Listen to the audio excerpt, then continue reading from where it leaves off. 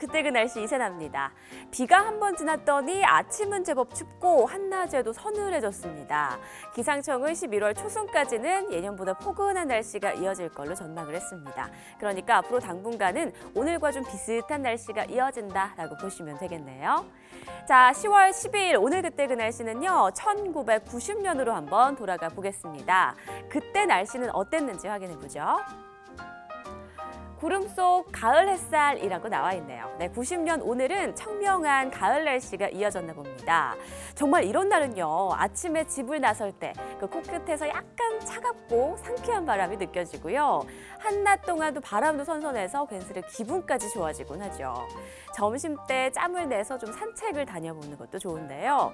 그래도 바람이 제법 차니까요. 외투는 꼭 챙겨 나가셔야겠습니다. 자, 이맘때 농촌에서는 추수가 한창입니다. 그래서인지 이날 신문에는 추수와 관련된 기사가 실려 있었거든요. 함께 볼까요? 벼베기 품삯이 폭등했다. 농민들 애타라고 나와 있습니다. 네, 보통 농촌에서 추수를 할 때는 일손이 많이 필요하다 보니까 사람을 사서 쓰곤 하는데요. 그 가격이 크게 오른 모양입니다. 기사의 한 부분을 좀 자세히 읽어볼까요? 최근 본격적인 추수철에 접어들면서 농촌의 벼베기 품삯이 지난해보다 최고 55% 오른 데다 그나마 일손마저 달려서 농민들이 애를 태우고 있다. 가격이 올라도 너무 올랐네요.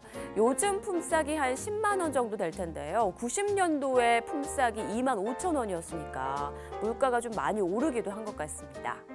갑자기 이렇게 품삯이 오른 이유는요. 농촌의 고질적인 문제인 고령화가 이맘때부터 시작됐기 때문입니다. 젊은 사람들이 도시로 떠나면서 농촌에 일할 사람이 부쩍 줄어든 건데요. 특히나 숙련된 일꾼을 구하기는 더 어렵게 되면서 이렇게 가격이 폭등한 거죠. 그래서 노인들이 진통제를 먹으면서까지 일할 수밖에 없는 게 현실이었다고 합니다. 참 안타까운 마음이 드네요. 자, 다음 기사도 살펴볼게요. 네, 이 장보기 팁을 알려주는 기사인데요. 요즘 한창 수확철인 고추에 관한 내용입니다. 확대를 해서 좀 자세히 읽어보죠. 고추를 고를 때는 검붉은색보다는 붉은색, 꼭지가 누렇게 잘 마른 것, 쭈글쭈글하지 않고 반듯한 것이 좋다라고 나와 있습니다. 보통 고추는 전라도에서 나는 것이 가장 맵고 경상도산이 그 다음이고 충청도산이 비교적 덜 매운 편이다. 그렇군요. 전라도산이 가장 맵고 충청도산이 덜 맵군요. 고추 이야기를 좀 하나 더 보태면요. 매운 고추를 청양고추라고 하잖아요. 그런데 왜 매운 고추를 청양고추라고 하는지 혹시 생각해 본 적 있으신가요? 청양고추에 대한 유래는 여러 가지가 있습니다. 그중에 하나는요. 경북의 청송과 양양에서 한자씩 따와서 청양고추라고 지었다는 설이 있고요.